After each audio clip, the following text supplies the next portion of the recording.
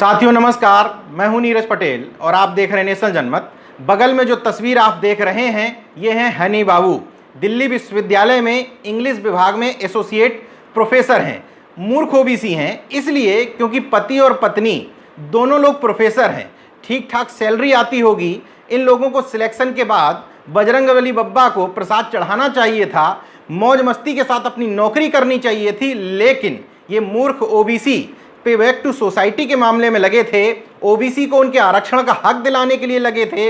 इसके अलावा रोस्टर प्रणाली जब लागू हुई थी 13 पॉइंट रोस्टर, उसके विरोध में आवाज बुलंद करते थे। इन लोगों को भी अन्य लोगों की तरह 5 अगस्त के आने का इंतजार करना चाहिए था। राम मंदिर की आधारशिला रखने पर दीपक जलाने चाहिए थे, लेकिन ये लोग उन समझदार ओबीसी यानी कि वंचित वर्ग के लोगों की तरह नहीं थे, बल्कि ये लोग मूर्ख ओबीसी थे जो इन सोए हुए पिछड़े और दलित वर्ग के लोगों को जगाने के लिए लड़ाई लड़ रहे थे। यही वजह है कि एनआईए ने इनको जेल में डाल दिया है। आरोप ये लगाया है कि ये पूरे देश में माओवादी यानी कि वामपंथी गतिविधियों का प्रचार प्रसार करते हैं। हाल के समय में एक शब्द प्रधानमंत्री नरेंद्र मोदी ने बोला है, अर्बन नक्सल, यानी कि जो भी व्यक्ति, हालांकि नक्सलवाद से सीधे तौर पर मैं सहमत नहीं रहता हूं, उसमें दोनों तरफ से गरीब का ही बेटा मरता है, चाहे वो पुलिस में भर्ती कोई गरीब का बेटा हो या आदिवासी का बेटा। दोनों तरफ से गरीब आमने सामने होते हैं और एक दूसरे से सिस्टम का विरोध करते हुए एक दूसरे की जान ले लेते हैं। इसलिए सीधे तौर पर मैं नक्सलवाद से कभी भी सहमत नहीं रहता हूं, ना ही उसका समर्थन करता हूं। लेकिन अर्बन नक्सल के नाम पर तमाम सारे मानवाधिकार कार्यकर्ता, बुद्धिजीवी लोगों को और पिछड़े और दलित वर्ग के लिए लड़ने वालों को उठा करके जेल में ठूंसने की परंपरा जो शुरू हुई है, वो शायद इस वजह से है कि इन बुजुर्गों यानी कि इन बुढ़ों से सरकार को खतरा ये है कि ये वैचारिक लोग हैं, इनकी अपनी एक विचारधारा है और विचारधारा का प्रचार प्रसार करने के साथ ही सरकार की गलत नीतियों का विरोध भी करते हैं। तो सरकार की नज़र में विकलांग होने के बाद भी, 70-80 साल का उम्र होने के बावजूद भी ये तमाम सारे लोग उनकी आंख में खटकते रहते हैं। ऐसे ही एक सामाजिक मानवाधिकार कार्यकर्ता व शिक्षाविद हैं जीएन साईं बाबा, जो हनी बाबू के साथ में ही अंग्रेजी विभाग के प्रोफेसर हुआ करते थे, लेकिन 2017 से जेल में हैं क्योंकि उनके ऊपर गढ़चिरौली यानी कि महाराष्ट्र की एक जिला अदालत ने आरोप ये लगाया था कि आप देश विरोधी गतिविधियों में शामिल हैं। जेएनयू के एक छात्र, एक पत्रकार, और इनको जेल में ठूंस दिया गया था क्योंकि उनके पास पैसा भी नहीं था, शारीरिक रूप से 90% अक्षम हैं, फिर भी सरकार के लिए और देश के लिए खतरा बने हुए थे क्योंकि उनकी विचारधारा स्ट्रांग थी। लेकिन हनी बाबू की तरह ही वो भी पिछड़े और दलित वर्ग के अधिकारों की आवाज़ उठाते रहते थे, इसलिए शारीरिक रूप से 90% अक्षम होने के बाद भी सरकार और देश के लिए वो खतरा नजर आ रहे थे, क्योंकि वो सरकार की नीतियों पर सवाल उठाते थे और लोगों को जागरूक करते थे। बहरहाल सुधा भारद्वाज जैसी सामाजिक कार्यकर्ता जो लगातार आदिवासियों की लड़ाई लड़ रही थी, वो सरकार की आंख में खटकते हैं, उस मामले में वो भी जेल में हैं। आनंद तेल तुंबड़े जो मैनेजमेंट के गोवा इंस्टीट्यूट ऑफ मैनेजमेंट में प्रोफेसर हुआ करते थे। प्रकाश अंबेडकर जो बाबा साहब भीमराव अंबेडकर के पोते हैं, उनकी बहन के पति भी हैं, वो भी इस समय इसी मामले में जेल में हैं। ये तमाम सारे लोग अपने अपने ढंग से इस मूवमेंट को आगे बढ़ाने के लिए काम कर रहे थे।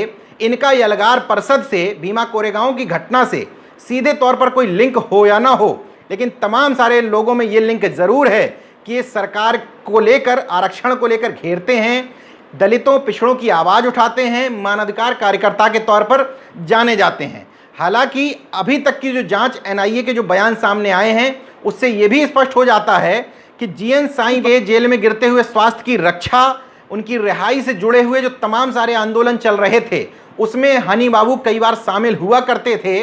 सरकार को सबसे ज़्यादा तकलीफ यही थी, लेकिन उससे यलगार परिषद और भीमा कोरेगांव की घटना का क्या लेना देना है, ये अभी तक लिंक नहीं कर पाए हैं। कुल मिलाकर के इस सोती हुई कौम को जगाने की सज़ा हनी बाबू और उन जैसे तमाम सारे लोग अभी भी भुगत रहे हैं।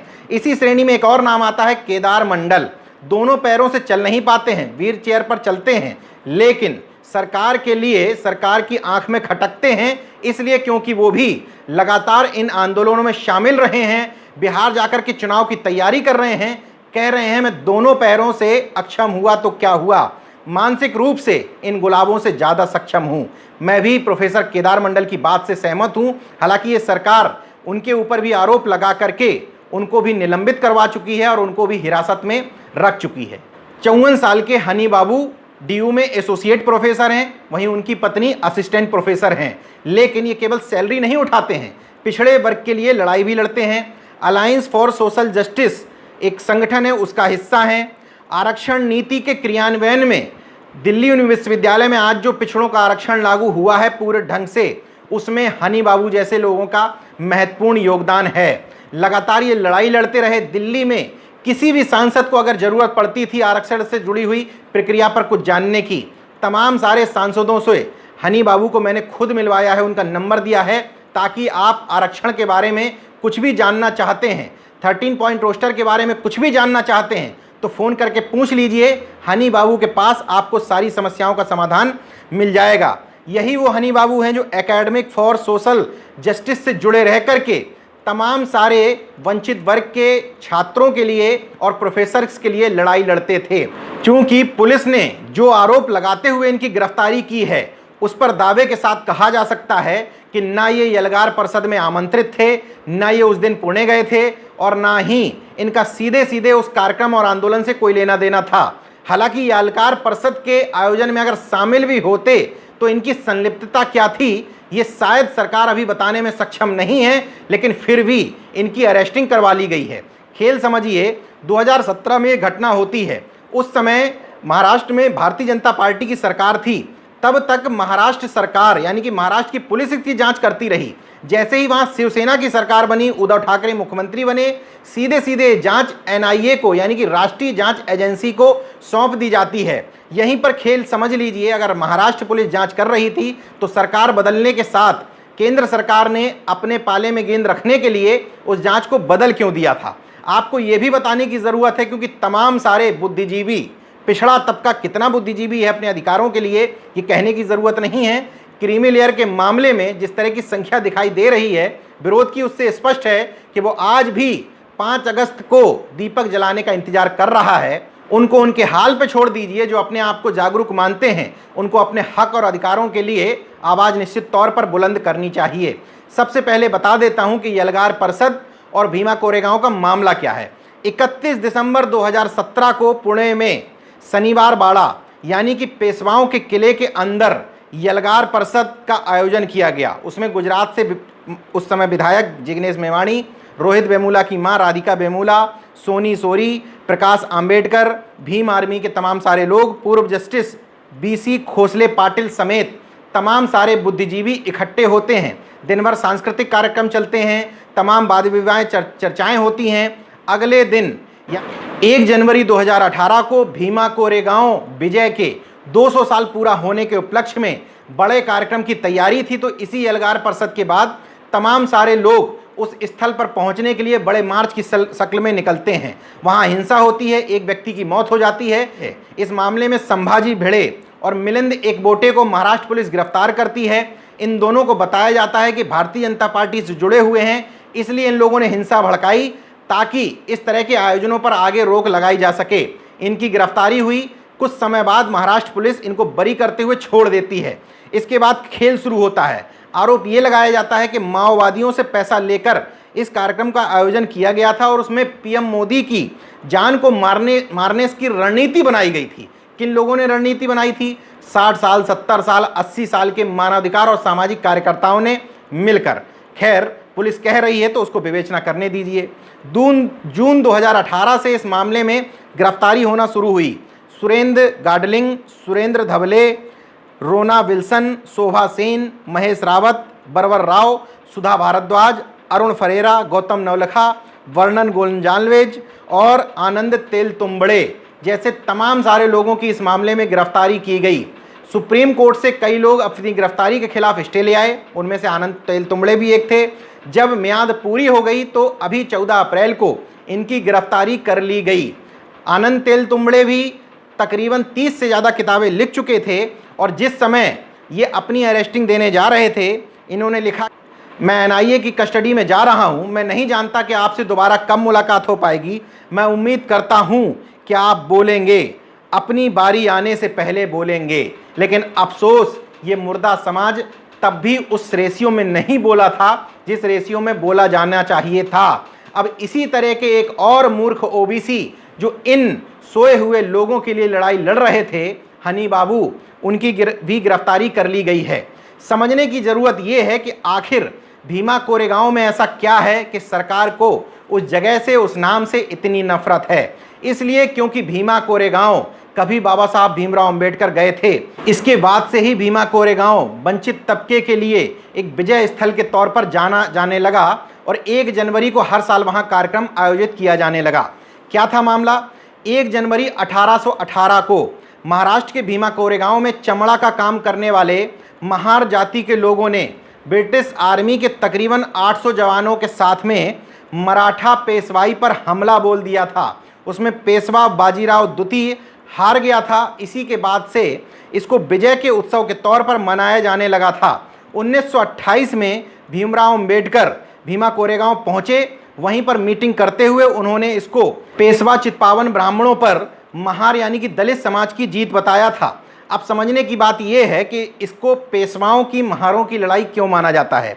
इसलिए क्योंकि उस समय महार समाज के लोग ये मानते थे कि पेशवाओं ने छल कपट से शिवाजी के वंशजों से मराठा साम्राज्य हड़प लिया था। क्योंकि शिवाजी की उस समय तक इमेज ये बन चुकी थी कि वो बहुजन प्रतिपालक राजा थे।